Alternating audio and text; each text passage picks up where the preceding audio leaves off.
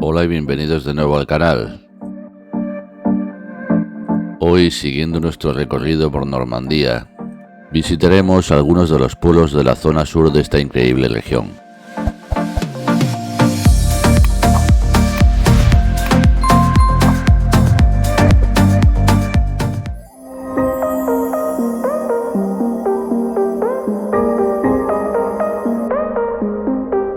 Seguimos visitando Normandía y en esta ocasión, tras la visita al pequeño pueblo de La Garnelle,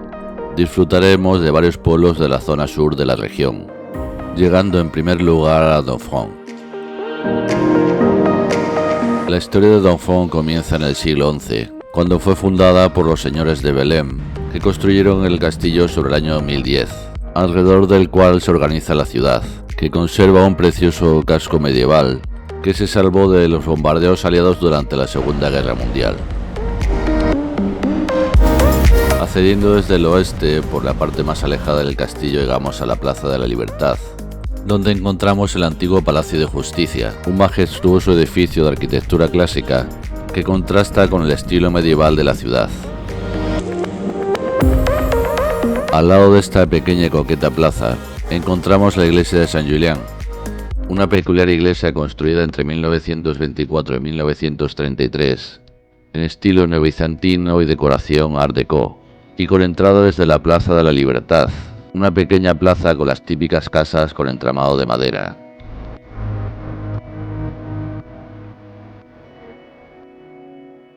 Muy cerca de la Plaza de la Libertad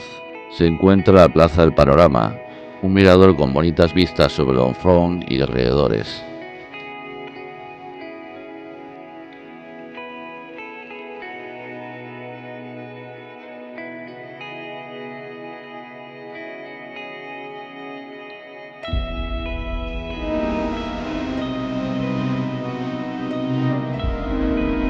Desde esta plaza con vistas llegamos a otra plaza, donde en la Edad Media se celebraba un mercado cubierto, y en la que encontramos el ayuntamiento, construido sobre el antiguo convento de San Antonio, que fue destruido en 1847, y en el que además encontramos el Museo Charles Leandre, que era pintor y caricaturista normando.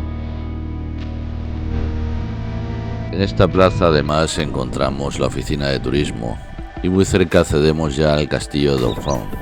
al que accedemos por lo que era el antiguo puente levadizo, que nos permite atravesar la antigua fosa del castillo y reconvertida en carretera.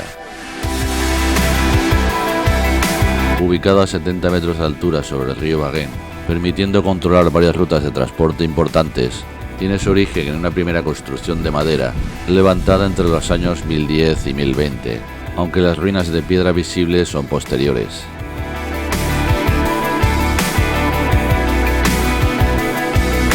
Uno de estos elementos de piedra es el torreón, de unos 25 metros de altura aproximadamente, y del que solo quedan dos secciones de más de 4 metros de grosor.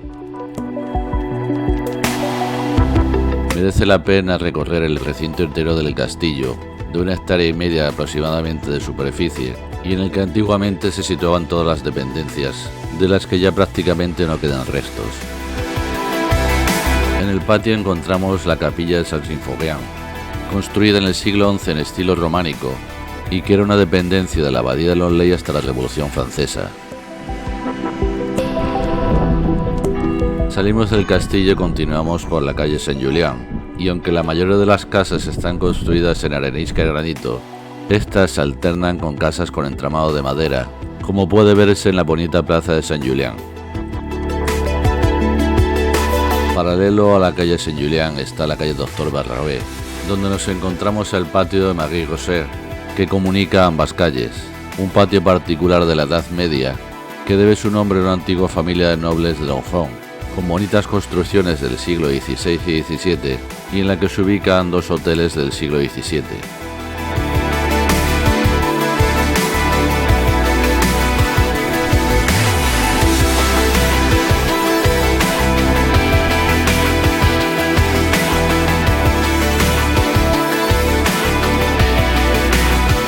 Continuando nuestro recorrido por la calle Doctor Barrabé y tras pasar junto a la Plaza de la Libertad, nos introducimos en la Grande Rue, al final de la cual encontramos la Puerta de Lençon, una de las entradas por la fachada sur de las murallas, que datan del siglo XIII, y las cuales seguimos observando varias torres en el perímetro, en un agradable paseo donde finalizamos nuestra visita a esta bonita ciudad medieval.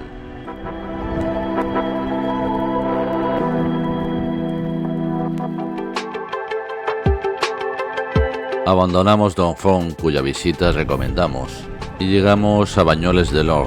conocido sobre todo por su particular barrio con casas en estilo Belle Époque. Aquí encontramos más de 30 preciosas villas, construidas a partir del siglo XIX, cuando adquirió notoriedad la estación termal, y con ciertas normas para su construcción, que abarcaban desde los materiales en que tenían que ser construidas hasta la combinación de colores de las fachadas.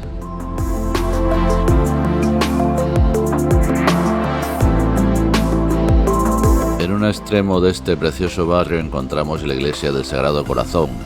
construida en color blanco en estilo Art Deco, y donde encontramos unas bonitas vidrieras inspiradas en el lago de la estación termal y que iluminan de manera especial el interior.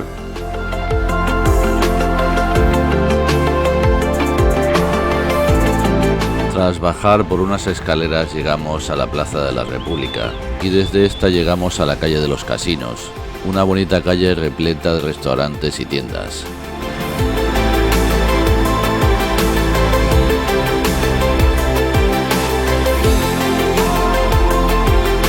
Al final de la calle de los Casinos llegamos al lago, un precioso entorno que sin lugar a dudas invita a la relajación y al paseo por sus orillas, y donde encontramos construcciones como el Gran Hotel y el Casino, y en el que no podrás resistirte a plasmarlo en fotografía.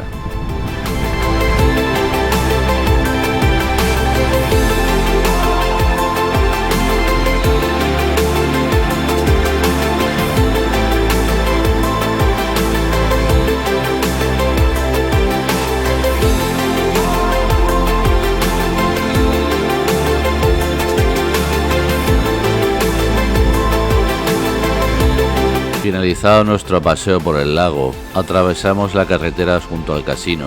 y comenzamos una pequeña ruta desde el sendero del Avenir, que nos lleva primero por calles de asfalto y después por las sombras de un bosque hasta un lugar llamado La Roque-Chien, donde está situado un mirador desde el que tendremos inmejorables vistas de la estación termal, por la que es famosa Bagnoles de l'Or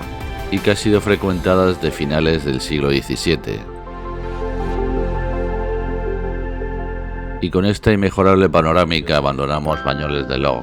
y nos dirigimos a unos 40 kilómetros de distancia, llegando al pequeño pueblo de Saint-Céneri-le-Giré, que se encuentra, como vemos, merecidamente dentro de la lista de los pueblos más bonitos de Francia. Este pequeño pueblo es motivo de orgullo para sus 150 habitantes, que lo mantienen perfectamente limpio y bellamente adornado con flores. Situado en un espolón rocoso sobre el río Sarthe, desde el siglo XIX fue inspiración para muchos pintores y tiene su origen en el siglo VII, cuando el monje ermitaño Saint-Céneri se retira en este lugar fundando una ermita y un monasterio, llegando incluso a tener un castillo que fue destruido por los ingleses en el año 1435 y del que quedan muy pocos restos en la carretera de Alençon.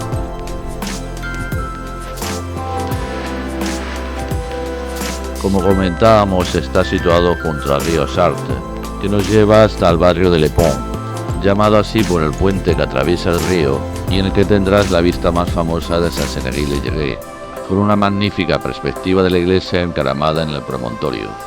y en el que como curiosidad puedes buscar un clavo que marca la frontera entre las regiones de Normandía y País de Loira.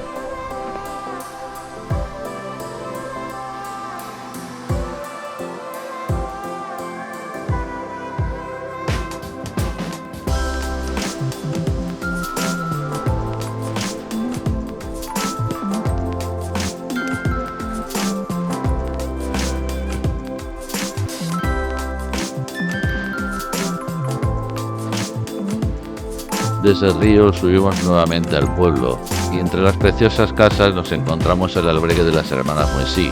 hoy oficina de turismo, y donde se alojaron muchos de los pintores que inmortalizaron el paisaje de este precioso pueblo.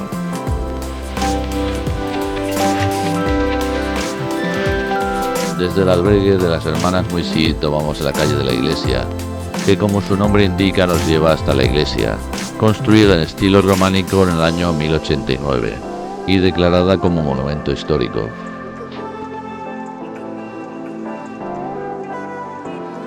En el interior podréis disfrutar de unos frescos medievales muy bien conservados, pintados entre los siglos XII y XIV, y que adornan tanto las paredes como el techo.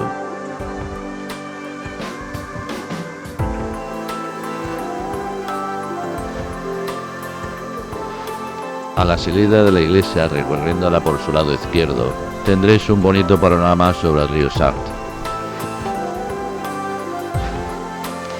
La capilla original construida por Saint-Senery ya no existe. Sin embargo, un pequeño camino en bajada nos lleva hasta un precioso prado, donde se encuentra la capilla del pequeño Saint-Senery, construida en el siglo XIV y que alberga una estatua del santo del siglo XVI,